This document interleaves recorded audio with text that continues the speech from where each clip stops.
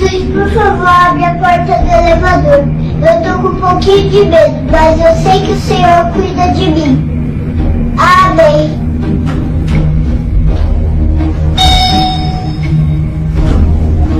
చూశారుగా, విన్నారుగా, ఈ బుడ్డోడు చిన్నపిల్లోడు చేసిన ప్రార్థన నాకు నచ్చింది.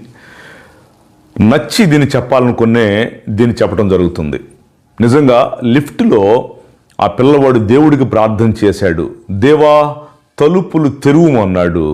దేవుడు తలుపులు తెరిచాడు. చిన్నపిల్లల ప్రార్థన దేవుడు మనకంటే ఇంకెక్కువ వింటాడు. ఎందుకంటే వాళ్ళకి కళ్ళ కపటం తెలియదు, వాళ్ళకి జలసి ఉండదు, వాళ్ళకి కళ్ళ కపటం తెలియదు, వాళ్ళకి ఒకటే తెలుసు, వాళ్ళకి పాపం తెలియదు, వాళ్ళకి మోసం తెలియదు. అందుగురించి ప్రభు అన్నాడు, ఈలాంటి వారిదే పరలోక రాజ్యం అన్నాడు. చిన్నపిల్లల మనస్సు ఎవరైతే కలిగి ఉంటారో వాళ్ళే మారు మనసు పొందినట్టు వాళ్ళే పరలోక రాజ్యానికి వారసులు అని చెప్పాడు. చిన్నపిల్లలను నా యొద్దకు రానివ్వండి, వాళ్ళ ఆటంకపరచపాకండి అని చెప్పాడు. చాలా నచ్చింది. బైబిల్లో పిల్లల గురించి ఈ మాటలు ఉన్నాయి. ఈ పిల్లోడు చేసిన ప్రార్థన బ్యూటిఫుల్. ఇది మనకి చాలా విషయాలు నేర్పిస్తుంది. నమ్మకం, విశ్వాసం అంటే గుడ్డిగా నమ్మటం అంటే ఇదే. ఈ చిన్నపిల్లడు లిఫ్ట్లో మధ్యలో ఆగిపోయి ప్రార్థన చేశాడే, నేను ఆంధ్రప్రదేశ్ తెలంగాణ నెలకి సుమారుగా యావరేజ్గా ఒక 10,000 కిలోమీటర్లు తిరుగుతూ మొన్న తిరుపతిలో మీటింగ్ అయిన తర్వాత నేను రూమ్లో నుంచి లిఫ్ట్లో కింద దిగుతున్నాను. నాకు ట్రైన్ టైం అయింది, మధ్యలో ఆగిపోయింది లిఫ్ట్. కరెంటు పోయింది. ఇక 102 కొట్టుకుంది నాకు గుండె. ఇక పాస్టర్ గారు ఎవరో ఉండి దాన్ని చెప్పి ఫోన్ చేసి ఇట్లా లాగేదో చేశారు మొత్తానికి. ఈ పిల్లోడు లిఫ్ట్లో చేసిన ప్రార్థన నాకు అందుకు గుర్తొచ్చింది. నిజంగా ఈ పిల్లవాడు విశ్వాసంతో చేశాడు. పెద్దవాళ్ళకి ఈ పిల్లవాడు విశ్వాసం, ప్రార్థన నేర్పినంత పనైంది. ఇప్పుడు క్రైస్తవులకు ఉండాల్సింది ఇలాంటి చిన్నపిల్ల లాంటి మనస్తత్వం. సరే, అట్లా పెడితే ఇప్పుడు ప్రార్థన దేవుడు తలుపులు తెరిచాడు. దేవా తలుపులు తెరుమన్నాడు ఈ పిల్లడు, దేవుడు తెరిచాడు. బ్యూటిఫుల్. అయితే బైబిల్ మనకేం చెప్తుందంటే, ఆవగింజంత విశ్వాసం ఉంటే ఈ కొండ వెళ్ళి సముద్రంలో పడిపోమని చెప్పాడు. నమ్ముట నీ వల్ల అయితే నమ్మువానికి ప్రతిదీ సాధ్యమని చెప్పాడు. అది మన విశ్వాసం, మన ప్రార్థన మీద, దేవుడు తనకి ఇష్టమై చేసే కార్యాల మీద ఆధారపడి ఉంటుంది. ఫెయిత్, నమ్మకం. ఒక ప్రార్థన ఒక పెద్ద పని చేసిద్ది. ఎలా చేయాలి? ఒక ప్రార్థన ఒక గొప్ప కార్యం చేసిద్ది. ఈ పిల్లోడిని ఆస్కారం చేసుకుని పురస్కరించుకొని నేను ఆలోచిస్తున్నప్పుడు పాల్ యంగుచ్ గారు చేసిన ప్రార్థన నాకు గుర్తుకొస్తుంది. ఒకసారి పొద్దున్నే 9 గంటలకి పాల్ యంగుచ్ గారి చర్చికి ఫోన్ వచ్చింది. అది సౌత్ కొరియా ప్రధానమంత్రి ఫోన్ చేశాడు. అక్కడ ఒక చిన్న పాస్టర్ గారు ఫోన్ ఎత్తాడు. హలో, నేను సౌత్ కొరియా ప్రధానమంత్రిని మాట్లాడుతున్నాను, పాల్ యంగుచ్ గారికి ఫోన్ ఇవ్వండి అన్నాడు.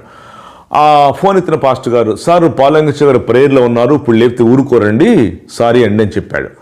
ఏం మాట్లాడుతున్నావయ్యా, నేను ప్రధానమంత్రిని సౌత్ కొరియాకి ఫోన్ చేస్తున్న, పాల్ యంగుచ్ గారికి ఫోన్ ఇవ్వమంటే వెంటనే సీరియస్ అయ్యాడు ప్రధానమంత్రి గారు. సార్, ప్రధానమంత్రి గారు నమస్కారం సార్, ఐఎమ్ వెరీ సారీ, ఆయన ప్రార్థన నుంచి లేపితే మమ్మల్ని తిడతాడు, ఊరుకోడు, లేపకూడదు అసలు అట్లండి. సాయంత్రం 5 గంటలకు ప్రార్థన నుంచి లేస్తాడు సార్, అప్పుడు చేయండి సార్ అని చెప్పేసి సారీ అని చెప్పేసి ఫోన్ పెట్టేసరికి ప్రధానమంత్రి గారికి పిచ్చ కోపం వచ్చింది. సాయంత్రం 5 గంటలకు చేయమని చెప్పాడు కదా, మళ్ళీ ప్రధానమంత్రి గారికి 5 గంటలకు ఫోన్ చేశాడు. ఈసారి పాల్ యంగుచ్ గారి ఫోన్ ఎత్తాడు. హలో, నేను సౌత్ కొరియా ప్రధానమంత్రి మాట్లాడుతున్నాను, పాల్ యంగుచ్ గారు ఉన్నారా అన్నాడు. ఎస్, నేనే పాల్ యంగుచ్ గారిని, చెప్పండి ఎవరండి సార్. సార్ నమస్కారం సార్, పాల్ యంగుచ్ గారు, నేను సౌత్ కొరియా ప్రధానమంత్రిని మాట్లాడుతున్నాను, బాగున్నారు సార్. బాగున్నానండి ప్రధానమంత్రి గారు, చెప్పండి. ఏంటి సార్, ఉదయం నేను 9 గంటలకు ఫోన్ చేస్తే ఫోన్ ఇవ్వలేదు, మీ అసిస్టెంట్ పాస్టర్ ఎవరో ఫోన్ ఎత్తాడు, మీరు ఏదో ప్రార్థనలో ఉండాలని చెప్పాడు, ఇవ్వటం కుదరదని చెప్పేయండి సార్. ప్రధానమంత్రిని ఫోన్ చేస్తున్నా కూడాను కనీసం గౌరవం లేకుండా అలా చెప్పేయండి సార్ అన్నాడు ప్రధానమంత్రి గారు. అప్పుడు పాల్ యంగుచ్ గారు ఇలా సమాధానం చెప్పాడు, మీరు సౌత్ కొరియా ప్రధానమంత్రిగా నాతో మాట్లాడాలనుకున్నారు, అదే టైంలో నేను ప్రపంచ ప్రధానమంత్రితో మాట్లాడుతున్నానని చెప్పాడు. సూపర్ కదా.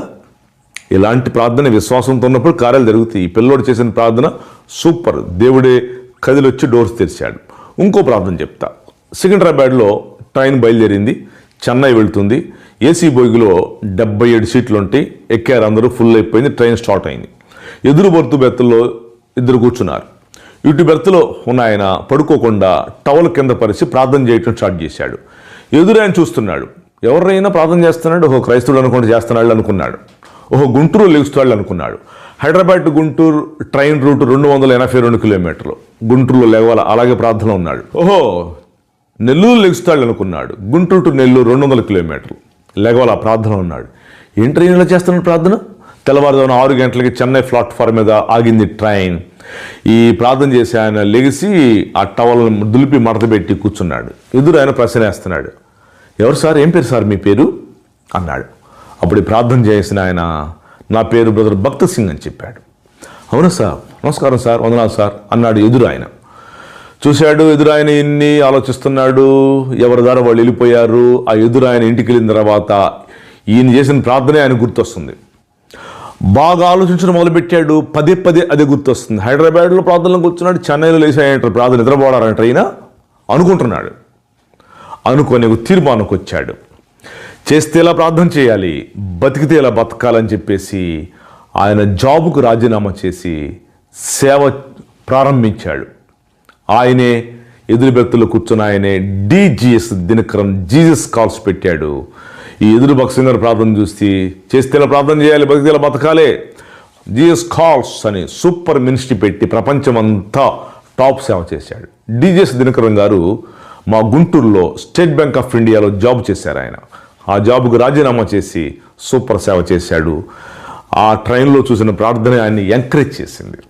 నేను ఈ విషయాలు ఎందుకు చెప్తున్నానంటే, ఈ బాబు చేసిన ప్రార్థన నచ్చింది. భయపడలా, కంగారు పడలా, ఏడవలా, గుండెలు బాదుకోలా.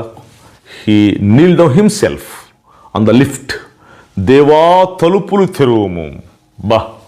భలే నచ్చిందండి నాకు ఈ మాట. తలుపులు తెరుస్తాడో.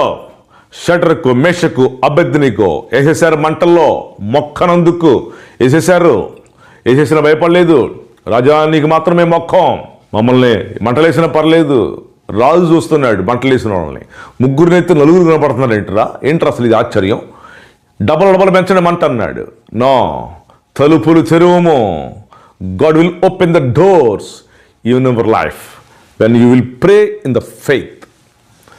పిల్లోడు బలి చేశాడు. ఎగ్జాంపులరీ. ఇంకా ఫెయిత్లో ముందుకెళ్దాం. God bless you.